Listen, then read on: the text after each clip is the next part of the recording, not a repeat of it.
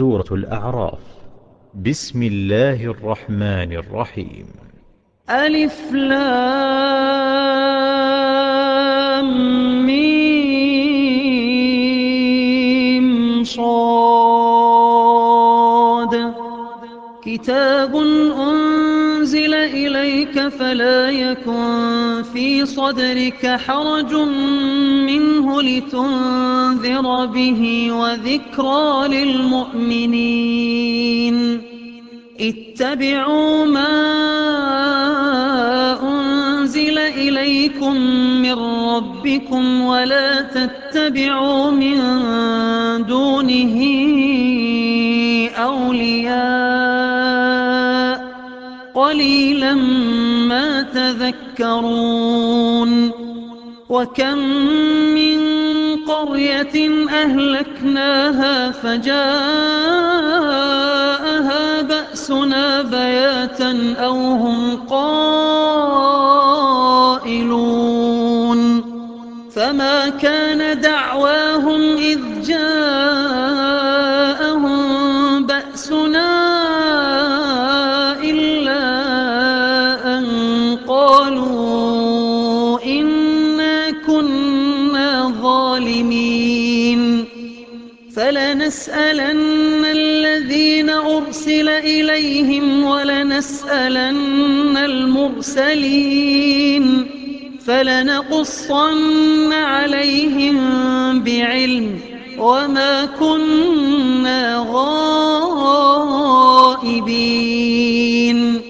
والوزن يومئذ الحق فمن ثقلت موازينه فأولئك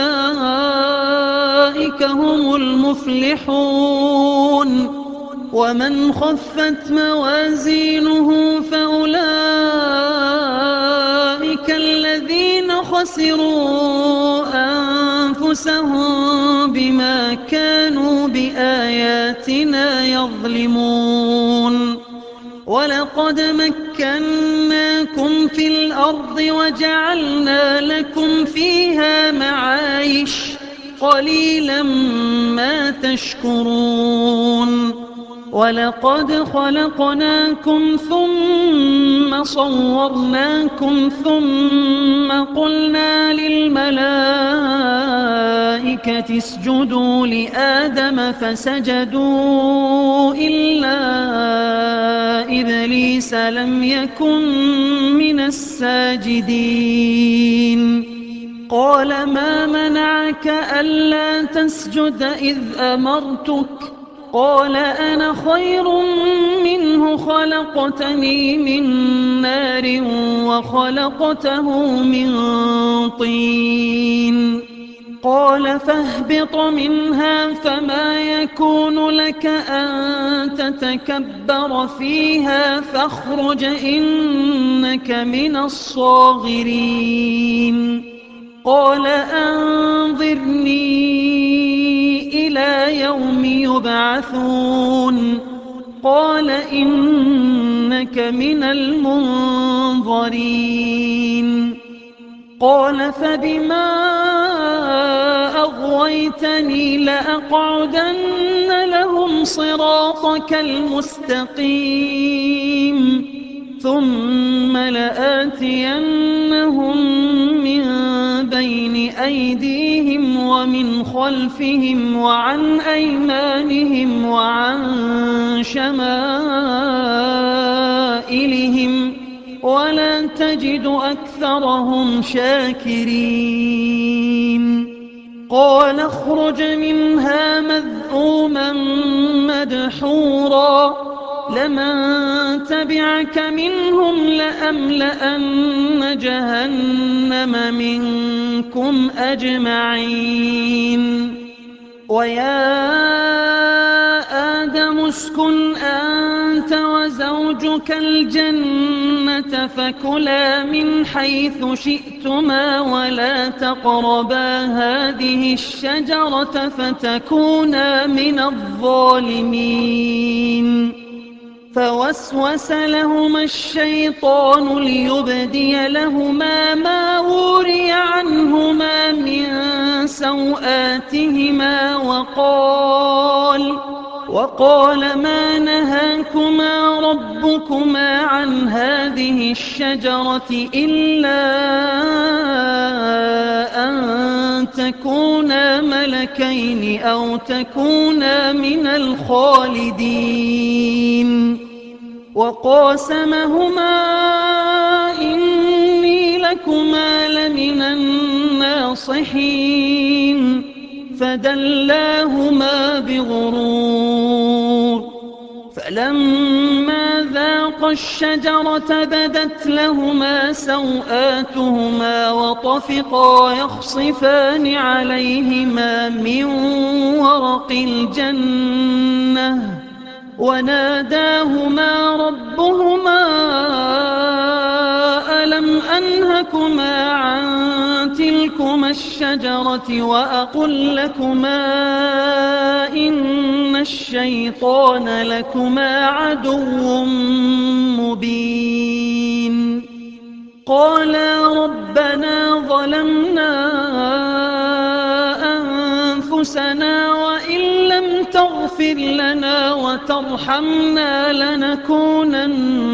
من الخاسرين قال اهبطوا بعضكم لبعض عدو ولكم في الأرض مستقر ومتاع إلى حين قال فيها تحيون وفيها تموتون ومنها تخرجون يا بني آدم قد أنزلنا عليكم لباسا يواري سوآتكم وريشا ولباس التقوى ذلك خير ذلك من آيات الله لعلهم يذكرون يا بني آدم لا يفتننكم الشيطان كما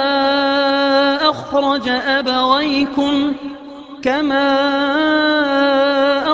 أبويكم من الجنة ينزع عنهما لباسهما ليريهما سوآتهما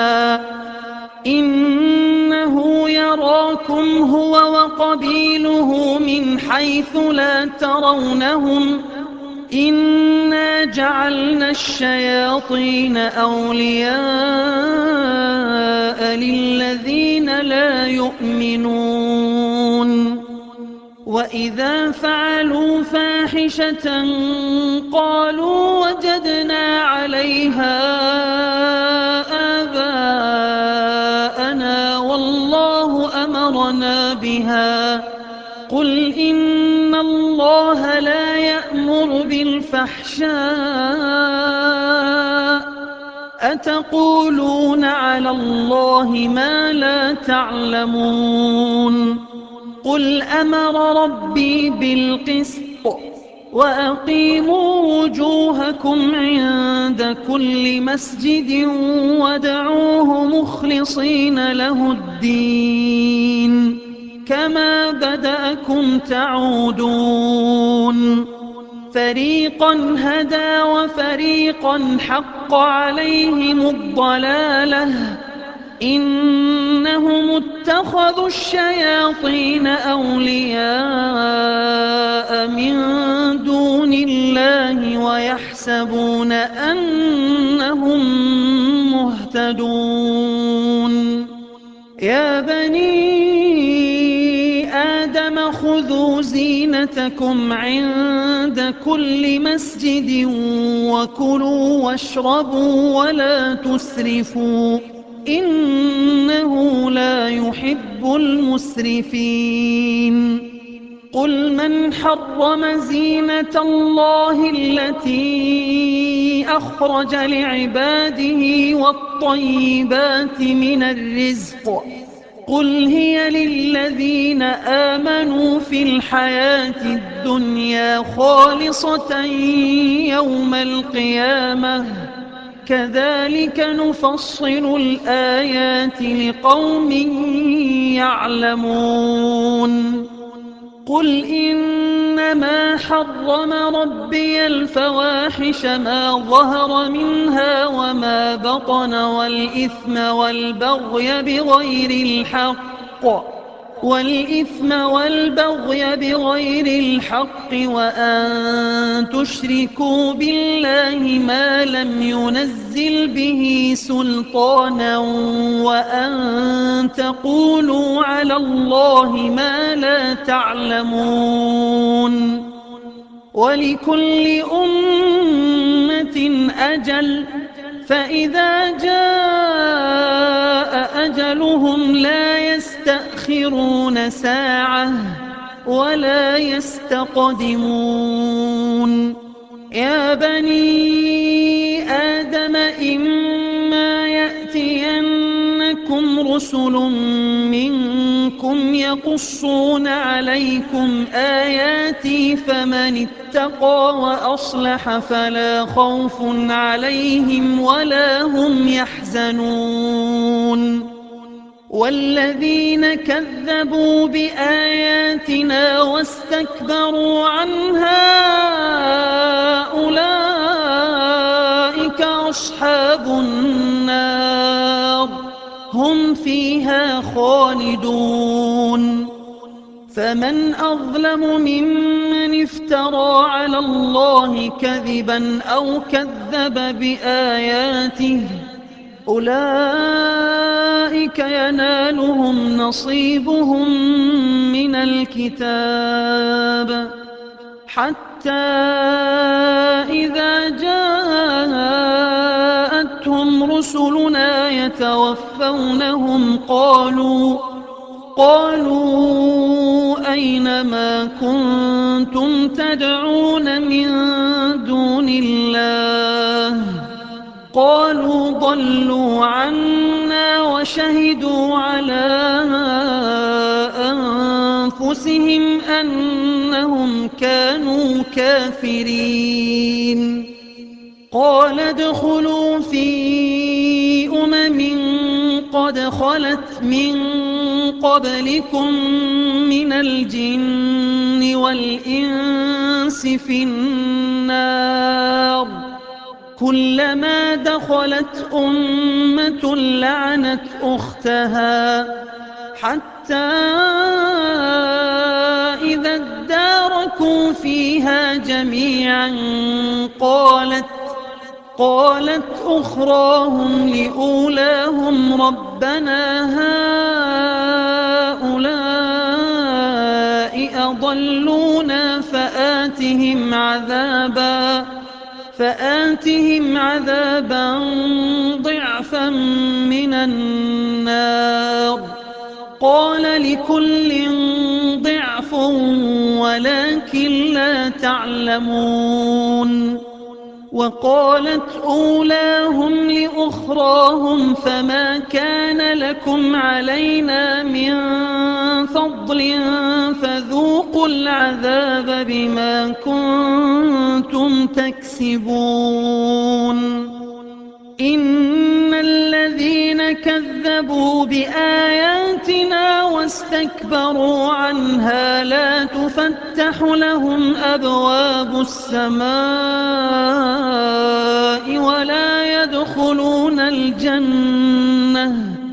ولا يدخلون الجنة حتى يلج الجمل في سم الخياط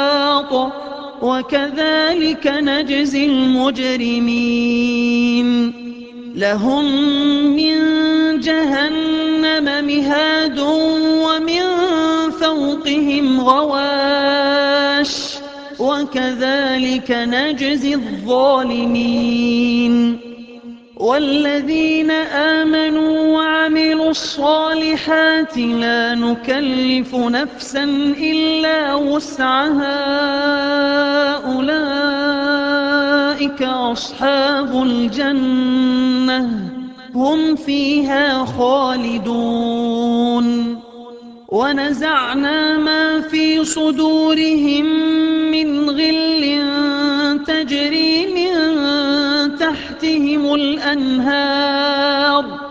وقالوا الحمد لله الذي هدانا لهذا وما كنا لنهتدي لولا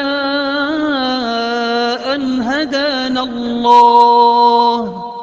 لقد جاءت رسل ربنا بالحق ونودوا أن تلكم الجنة أورثتموها بما كنتم تعملون ونادى أصحاب الجنة أصحاب النار أن قد وجدنا ما وعدنا ربنا حقا فهل وجدتم ما وعد ربكم حقا قالوا نعم فأذن مؤذن بينهم اللعنة الله على الظالمين الذين يصدون عن سبيل الله ويبغونها عوجا وهم بالآخرة كافرون وبينهما حجاب وعلى الأعراف رجال يعرفون كلا بسيماهم ونادوا أصحاب الجنة أن سلام عليكم لم يدخلوها وهم يطمعون وإذا صرفت أبصارهم تلقاء أصحاب النار قالوا ربنا لا تجعلنا مع القوم الظالمين ونادى أصحاب الأعراف رجالا يعرفونهم بسيماهم قالوا ما أغنى عنكم جمعكم وما كنتم تستكبرون أهؤلاء الذين أقسمتم لا ينالهم الله برحمة ادخلوا الجنة لا خوف عليكم ولا أنتم تحزنون ونادى أصحاب النار أصحاب الجنة أن أفيضوا علينا من الماء أو مما رزقكم الله قالوا إن الله حرمهما على الكافرين الذين اتخذوا دينهم لهوا ولعبا وغرتهم الحياة الدنيا فاليوم ننساهم كما نسوا لقاء يومهم هذا وما كانوا بآياتنا يجحدون ولقد جئناهم بكتاب فصلناه على علم هدى ورحمة لقوم يؤمنون هل ينظرون إلا تأويله يوم يأتي تأويله يقول الذين نسوه من قبل قد جاءت رسل ربنا بالحق فهل لنا من شفعاء فيشفعوا لنا أو نرد فنعمل غير الذي كنا نعمل قد خسروا أنفسهم وضل عنهم ما كانوا يفترون إن ربكم الله الذي خلق السماوات والأرض في 6 أيام ثم استوى على العرش يغشي الليل النهار يطلبه حثيثا والشمس والقمر والنجوم مسخرات بأمره ألا له الخلق والأمر تبارك الله رب العالمين ادعوا ربكم تضرعا وخفية إنه لا يحب المعتدين ولا تفسدوا في الأرض بعد إصلاحها وادعوه خوفا وطمعا إن رحمة الله قريب من المحسنين وهو الذي يرسل الرياح بشرا بين يدي رحمته حتى إذا أقلت سحابا ثقالا سقناه لبلد ميت فأنزلنا به الماء فأخرجنا به من كل الثمرات كذلك نخرج الموتى لعلكم تذكرون والبلد الطيب يخرج نباته بإذن ربه والذي خبث لا يخرج إلا نكدا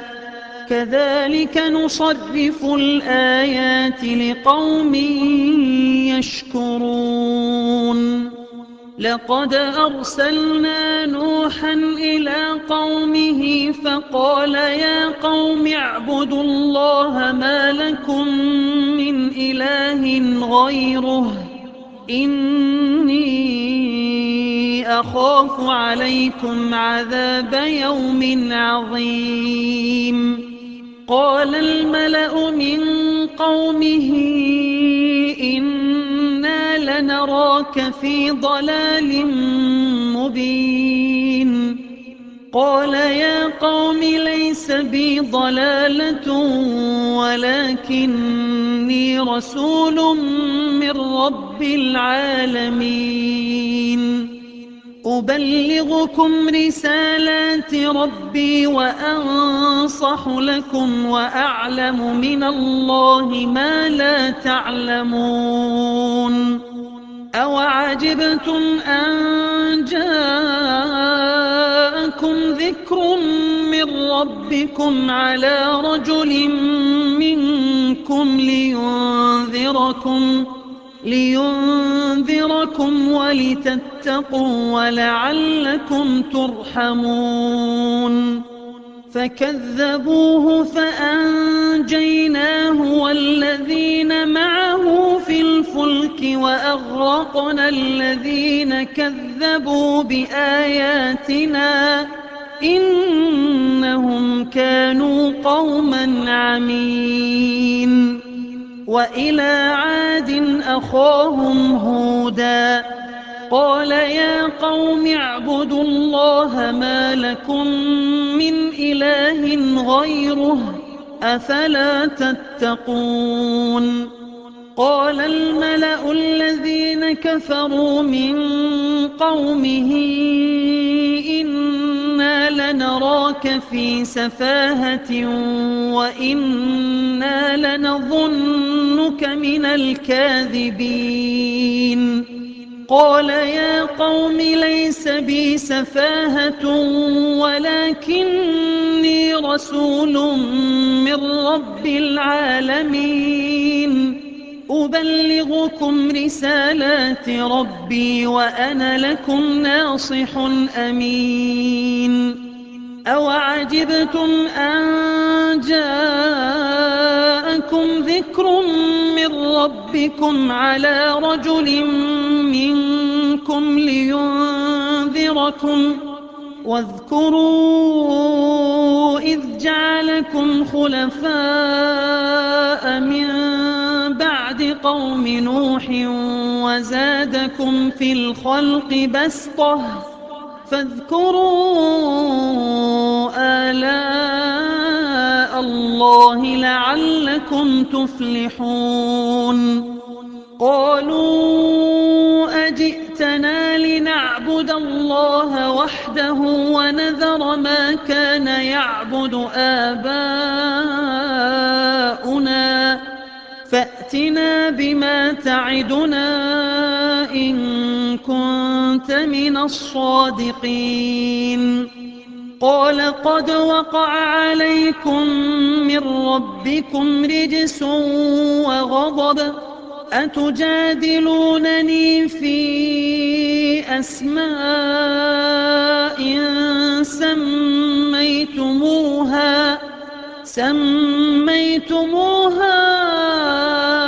أنتم وآباؤكم ما نزل الله بها من سلطان فانتظروا إني معكم من المنتظرين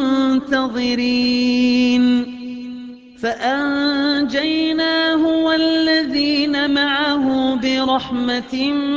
منا وقطعنا دابر الذين كذبوا بآياتنا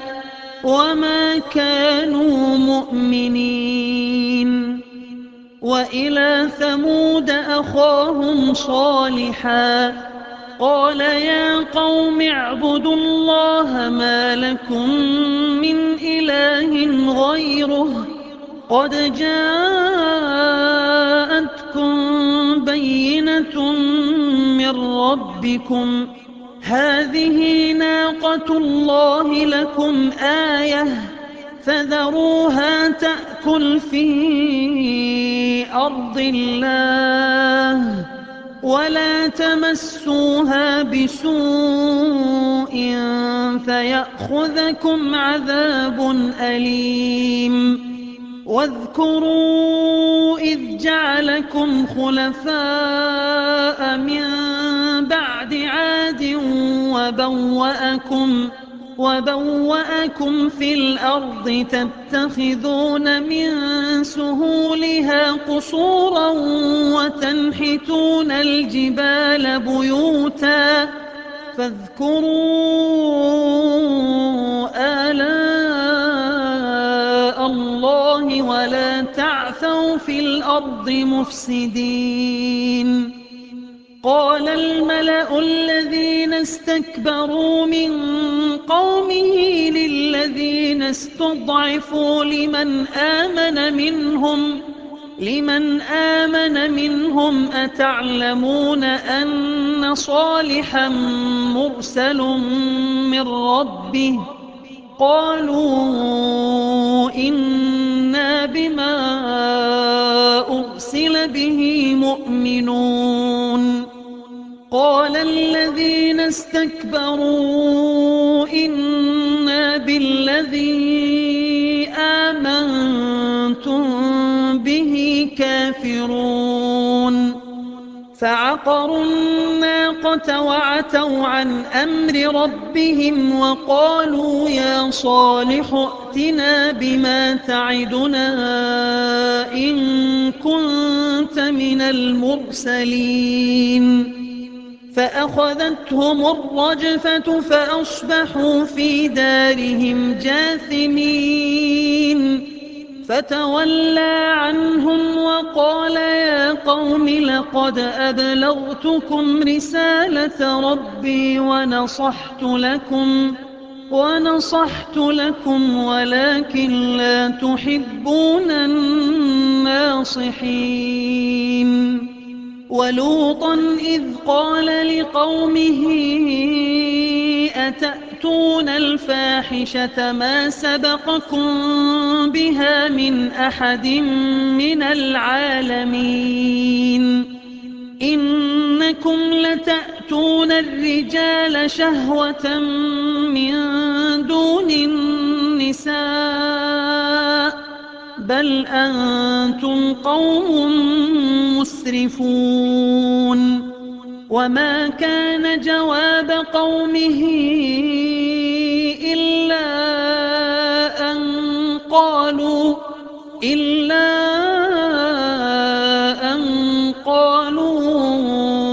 أخرجوهم من قريتكم إنهم أناس يتطهرون فأنجيناه وأهله إلا امرأته كانت من الغابرين وأمطرنا عليهم مطرا فانظر كيف كان عاقبة المجرمين وإلى مدين أخاهم شعيبا قال يا قوم اعبدوا الله ما لكم من إله غيره قد جاءتكم بينة من ربكم فأوفوا الكيل والميزان ولا تبخسوا الناس أشياءهم ولا تفسدوا في الأرض بعد إصلاحها ذلكم خير لكم إن كنتم مؤمنين ولا تقعدوا بكل صراط توعدون وتصدون عن سبيل الله من آمن به وتبغونها عوجا واذكروا إذ كنتم قليلا فكثركم وانظروا كيف كان عاقبة المفسدين وإن كان طائفة منكم آمنوا بالذي أرسلت به وطائفة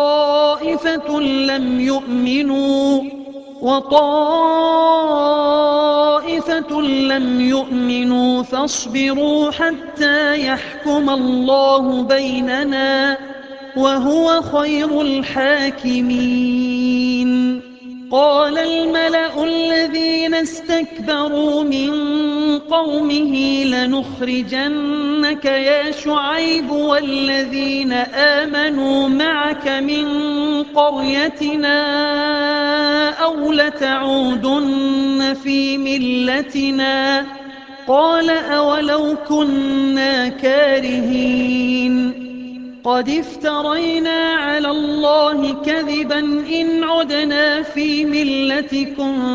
بعد إذ نجانا الله منها وما يكون لنا أن نعود فيها إلا أن يشاء الله ربنا وسع ربنا كل شيء علما على الله توكلنا ربنا افتح بيننا وبين قومنا بالحق وأنت خير الفاتحين وقال الملأ الذين كفروا من قومه لئن اتبعتم شعيبا إنكم إذا لخاسرون فأخذتهم الرجفة فأصبحوا في دارهم جاثمين الذين كذبوا شعيبا كأن لم يغنوا فيها الذين كذبوا شعيبا كانوا هم الخاسرين فتولى عنهم وقال يا قوم لقد أبلغتكم رسالات ربي ونصحت لكم فكيف آسى على قوم كافرين وما أرسلنا في قرية من نبي إلا أخذنا أهلها بالبأساء والضراء الضراء لعلهم يضرعون ثم بدلنا مكان السيئة الحسنة حتى عفوا وقالوا قد مس آباءنا الضراء والسراء فأخذناهم بغتة وهم لا يشعرون ولو أن أهل القرى آمنوا واتقوا لفتحنا عليهم بركات من السماء والأرض ولكن كذبوا فأخذناهم بما كانوا يكسبون أفأمن أهل القرى أن يأتيهم بأسنا بياتا وهم نائمون أوأمن أهل القرى أن يأتيهم بأسنا ضحى وهم يلعبون أفأمنوا مكر الله فلا يأمن مكر الله إلا القوم الخاسرون أولم يهد للذين يرثون الأرض من بعد أهلها أن لو نشاء أصبناهم بذنوبهم ونطبع على قلوبهم فهم لا يسمعون تلك القرى نقص عليك من أنبائها ولقد جاءتهم رسلهم بالبينات فما كانوا ليؤمنوا بما كذبوا من قبل كذلك يطبع الله على قلوب الكافرين وما وجدنا لأكثرهم من عهد وإن وجدنا أكثرهم لفاسقين ثم بعثنا من بعدهم موسى بآياتنا إلى فرعون وملئه فظلموا بها فانظر كيف كان عاقبة المفسدين وقال موسى يا فرعون إني رسول من رب العالمين حقيق على ألا أقول على الله إلا الحق قد جئتكم ببينة من ربكم فأرسل معي بني إسرائيل قال إن كنت جئت بآية فأت بها إن كنت من الصادقين فألقى عصاه فإذا هي ثعبان مبين ونزع يده فإذا هي بيضاء للناظرين قال الملأ من قوم فرعون إن هذا لساحر عليم يريد أن يخرجكم من أرضكم فماذا تأمرون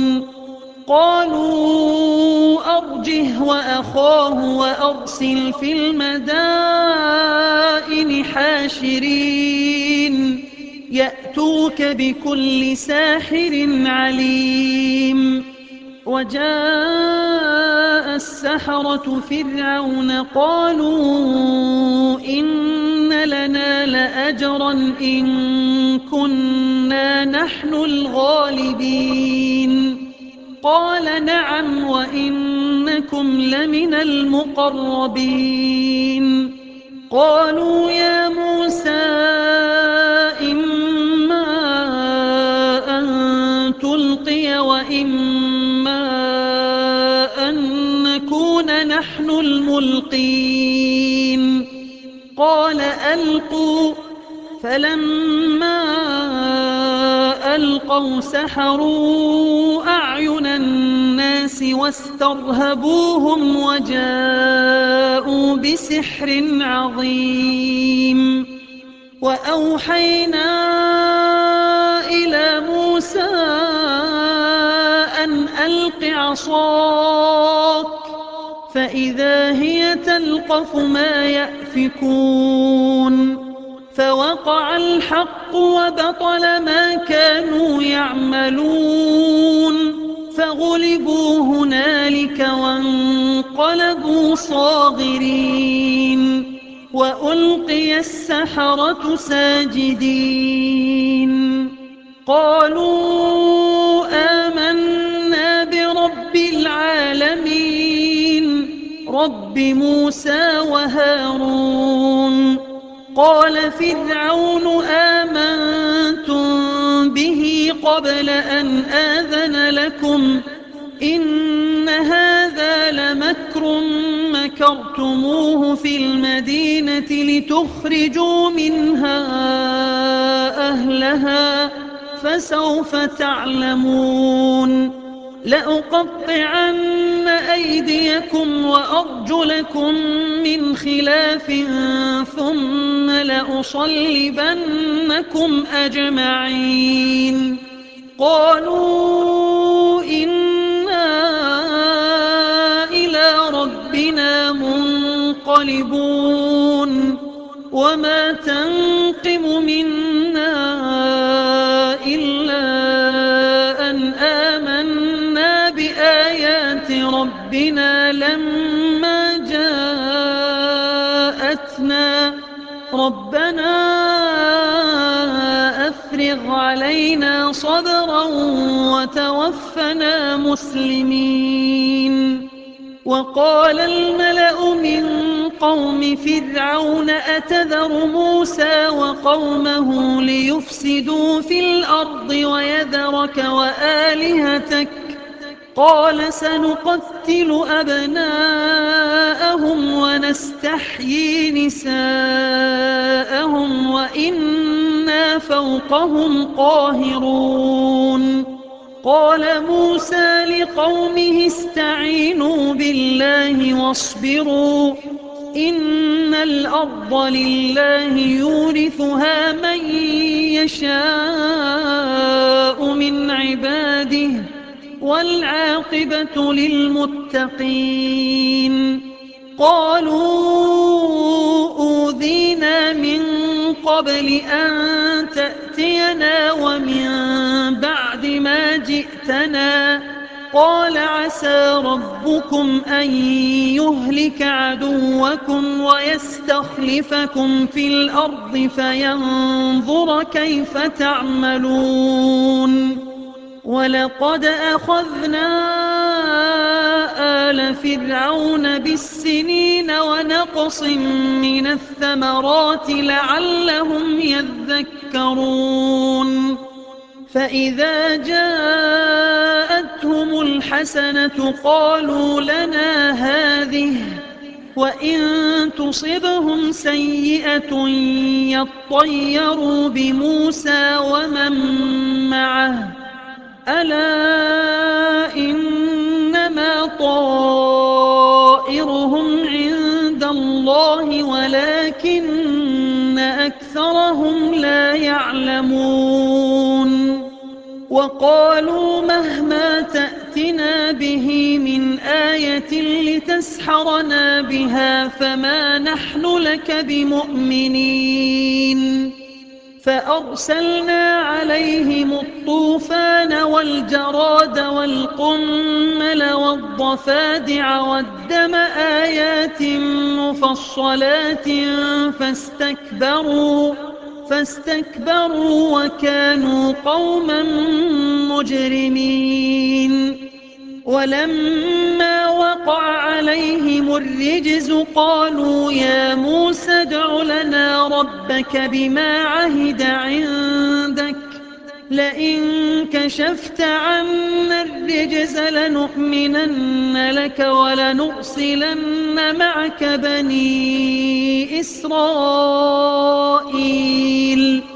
فلما كشفنا عنهم الرجز إلى أجل هم بالغوه إذا هم ينكثون فانتقمنا منهم فأغرقناهم في اليم بأنهم كذبوا بآياتنا وكانوا عنها غافلين وأورثنا القوم الذين كانوا يستضعفون مشارق الأرض ومغاربها التي باركنا فيها وتمت كلمة ربك الحسنى على بني إسرائيل بما صبروا ودمرنا ما كان يصنع فرعون وقومه وما كانوا يعرشون وجاوزنا ببني إسرائيل البحر فأتوا على قوم يعكفون على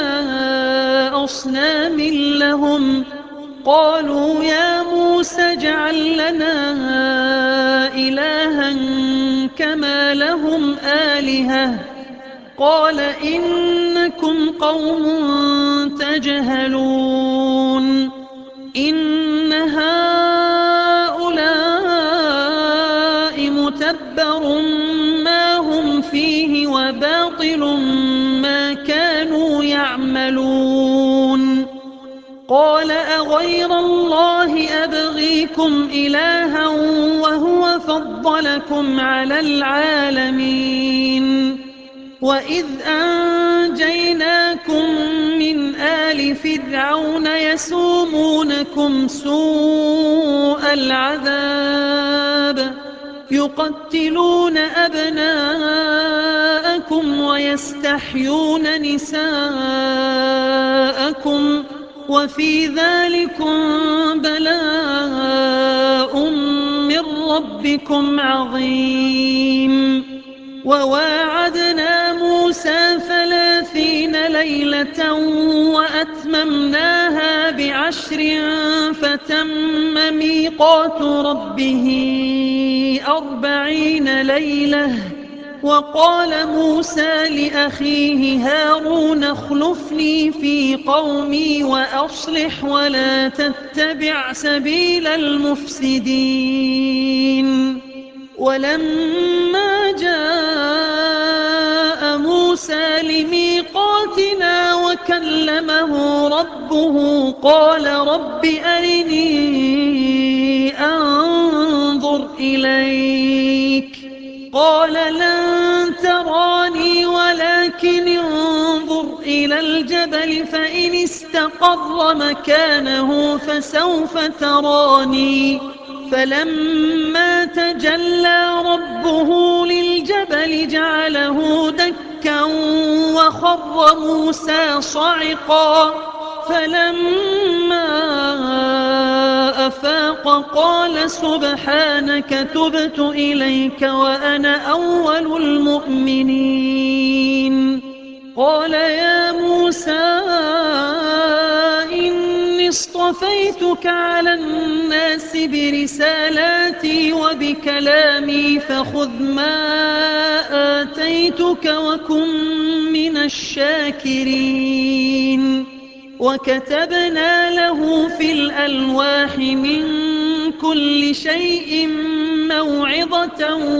وتفصيلا لكل شيء فخذها بقوة وأمر قومك يأخذوا بأحسنها سأريكم دار الفاسقين سأصرف عن آياتي الذين يتكبرون في الأرض بغير الحق وإن يروا كل آية لا يؤمنوا بها وإن يروا سبيل الرشد لا يتخذوه سبيلا وإن يروا سبيل الرشد لا يتخذوه سبيلا وإن يروا سبيل الغي يتخذوه سبيلا ذلك بأنهم كذبوا بآياتنا وكانوا عنها غافلين والذين كذبوا بآياتنا ولقاء الآخرة حبطت أعمالهم هل يجزون إلا ما كانوا يعملون واتخذ قوم موسى من بعده من حليهم عجلا جسدا له خوار ألم يروا أنه لا يكلمهم ولا يهديهم سبيلا اتخذوه وكانوا ظالمين ولما سقط في أيديهم ورأوا أنهم قد ضلوا قالوا لئن لم يرحمنا ربنا ويغفر لنا لنكونن من الخاسرين ولما رجع موسى إلى قومه غضبان أسفا قال بئس ما خلفتموني من بعدي أعجلتم أمر ربكم وألقى الألواح وأخذ برأس أخيه يجره إليه قال ابن إن القوم استضعفوني وكادوا يقتلونني فلا تشمت بي الأعداء ولا تجعلني مع القوم الظالمين قال رب اغفر لي ولأخي وأدخلنا في رحمتك وأنت أرحم الراحمين إن الذين اتخذوا العجل سينالهم غضب من ربهم وذلة في الحياة الدنيا وكذلك نجزي المفترين والذين عملوا السيئات ثم تابوا من بعدها وآمنوا إن ربك من بعدها لغفور رحيم ولما سكت عن موسى الغضب أخذ الألواح وفي نسختها هدى ورحمة للذين هم لربهم يرهبون واختار موسى قومه 70 رجلا لميقاتنا فلما أخذتهم الرجفة قال رب لو شئت أهلكتهم من قبل وإياي أتهلكنا بما فعل السفهاء منا إن هي إلا فتنتك تضل بها من تشاء وتهدي من تشاء أنت ولينا فاغفر لنا وارحمنا وأنت خير الغافرين واكتب لنا في هذه الدنيا حسنة وفي الآخرة إنا هدنا إليك قال عذابي أصيب به من أشاء ورحمتي وسعت كل شيء فسأكتبها للذين يتقون ويؤتون الزكاة والذين هم بآياتنا يؤمنون الذين يتبعون الرسول النبي الأمي الذي يجدونه مكتوبا عندهم في التوراة والإنجيل يأمرهم بالمعروف وينهاهم عن المنكر ويحل لهم الطيبات ويحرم عليهم الخبائث ويضع عنهم إصرهم والأغلال التي كانت عليهم فالذين آمنوا به وعزروه ونصروه واتبعوا النور الذي أنزل معه أولئك هم المفلحون قل يا أيها الناس إني رسول الله إليكم جميعا الذي له ملك السماوات والأرض لا إله إلا هو يحيي ويميت فآمنوا بالله ورسوله النبي الأمي الذي يؤمن بالله وكلماته واتبعوه لعلكم تهتدون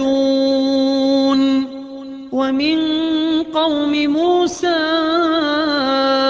أمة يهدون بالحق وبه يعدلون وقطعناهم 12 أسباطا أمما وأوحينا إلى موسى إذ استسقاه قومه أن اضرب بعصاك الحجر فانبجست منه 12 عينا قد علم كل أناس مشربهم وظللنا عليهم الغمام وأنزلنا عليهم المن والسلوى كلوا من طيبات ما رزقناكم وما ظلمونا ولكن كانوا أنفسهم يظلمون وإذ قيل لهم اسكنوا هذه القرية وكلوا منها حيث شئتم وقولوا حطة وادخلوا الباب سجدا نغفر لكم خطيئاتكم سنزيد المحسنين فبدل الذين ظلموا منهم قولا غير الذي قيل لهم فأرسلنا عليهم رجزا من السماء بما كانوا يظلمون واسألهم عن القرية التي كانت حاضرة البحر إذ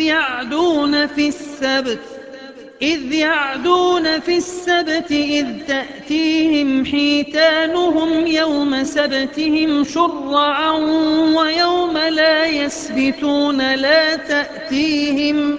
كذلك نبلوهم بما كانوا يفسقون وإذ قالت أمة منهم لم تعظون قوما الله مهلكهم أو معذبهم عذابا شديدا قالوا معذرة إلى ربكم ولعلهم يتقون فلما نسوا ما ذكروا به أنجينا الذين ينهون عن السوء وأخذنا الذين ظلموا بعذاب بئيس بما كانوا يفسقون فلما عتوا عما نهوا قلنا لهم كونوا قردة خاسئين وإذ تأذن ربك ليبعثن عليهم إلى يوم القيامة من يسومهم سوء العذاب إن ربك لسريع العقاب وإنه لغفور رحيم وقطعناهم في الأرض أمما منهم الصالحون ومنهم دون ذلك وبلوناهم بالحسنات والسيئات لعلهم يرجعون فخلف من بعدهم خلف ورثوا الكتاب يأخذون عرض هذا الأدنى ويقولون سيغفر لنا وإن يأتهم عرض مثله يأخذوه ألم يؤخذ عليهم ميثاق الكتاب ألا يقولوا على الله إلا الحق ودرسوا ما فيه والدار الآخرة خير للذين يتقون أفلا تعقلون والذين يمسكون بالكتاب وأقاموا الصلاة إنا لا نضيع أجر المصلحين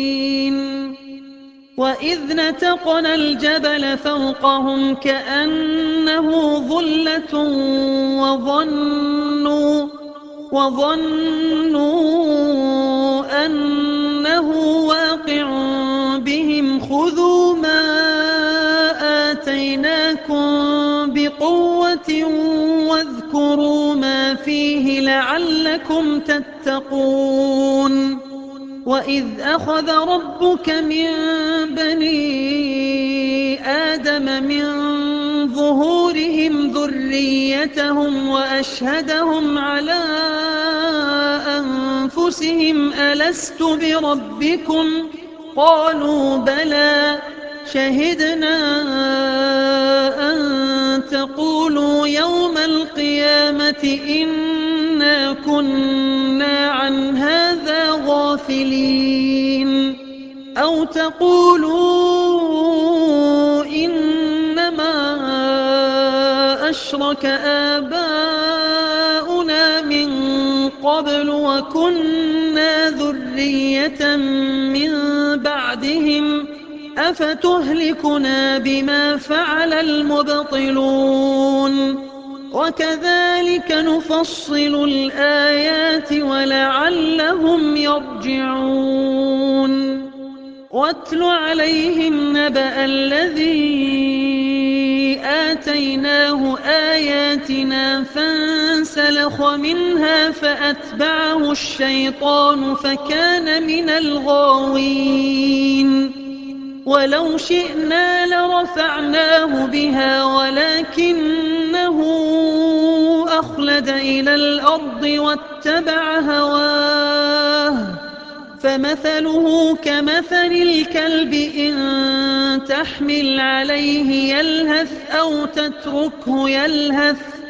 ذلك مثل القوم الذين كذبوا بآياتنا فاقصص القصص لعلهم يتفكرون ساء مثلا القوم الذين كذبوا بآياتنا وأنفسهم كانوا يظلمون من يهد الله فهو المهتدي ومن يضلل فأولئك هم الخاسرون ولقد ذرأنا لجهنم كثيرا من الجن والإنس لهم قلوب لا يفقهون بها ولهم أعين لا يبصرون بها ولهم آذان لا يسمعون بها أولئك كالأنعام بل هم أضل أولئك هم الغافلون. ولله الأسماء الحسنى فادعوه بها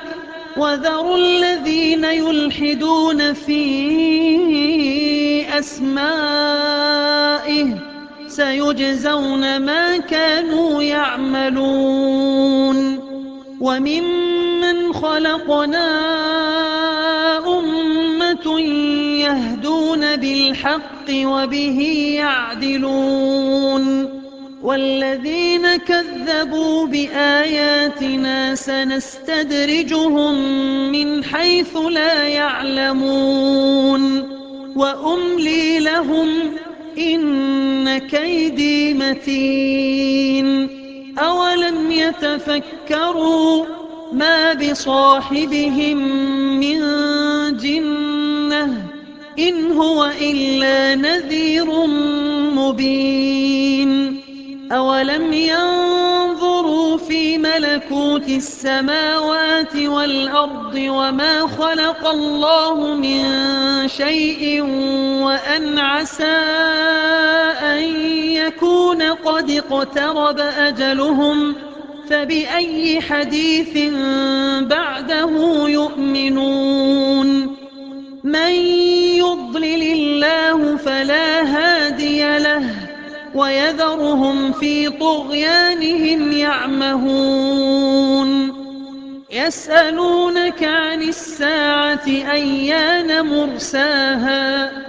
قل إنما علمها عند ربي لا يجليها لوقتها إلا هو ثقلت في السماوات والأرض لا تأتيكم إلا بغتة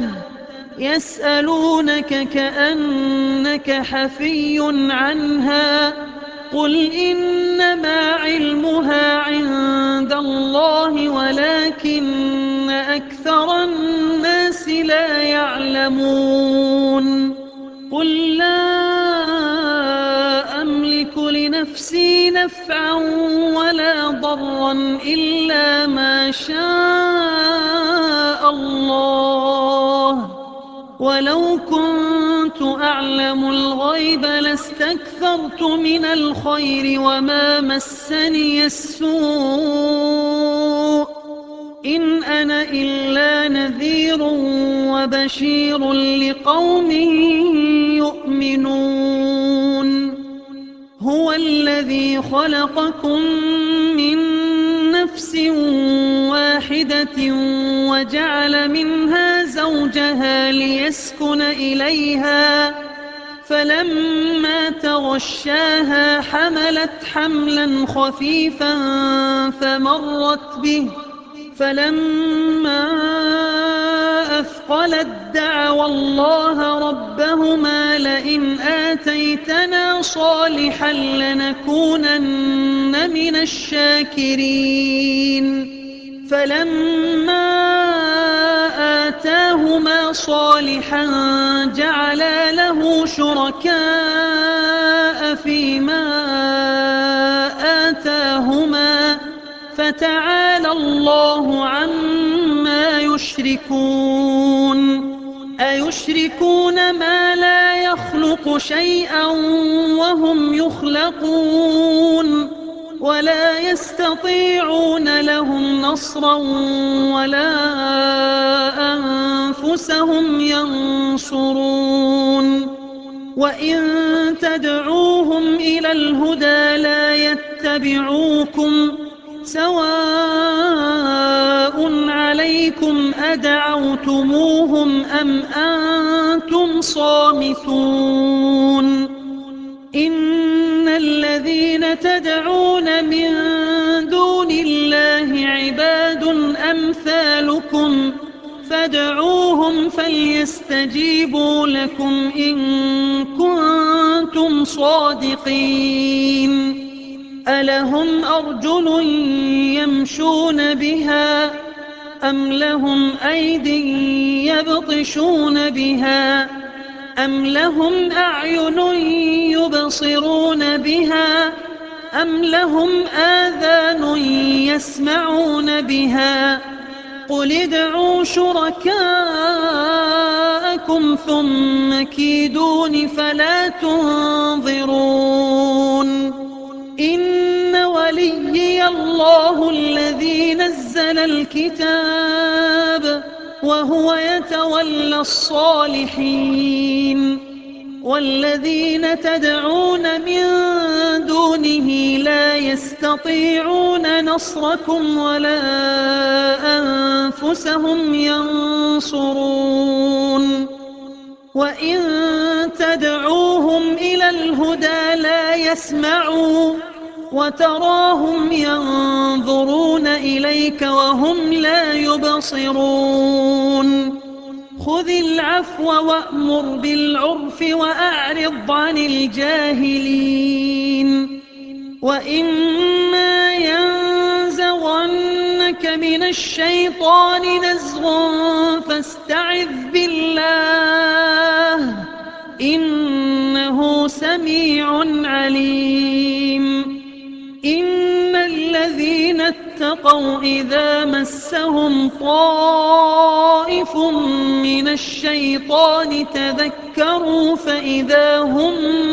مبصرون وإخوانهم يمدونهم في الغي ثم لا يقصرون وإذا لم تأتهم بآية قالوا لولا اجتبيتها قل إنما أتبع ما يوحى إلي من ربي هذا بصائر من ربكم وهدى ورحمة لقوم يؤمنون وإذا قرئ القرآن فاستمعوا له وأنصتوا لعلكم ترحمون واذكر ربك في نفسك تضرعا وخيفة ودون الجهر من القول بالغدو والآصال ولا تكن من الغافلين إن الذين عند ربك لا يستكبرون عن عبادته ويسبحونه وله يسجدون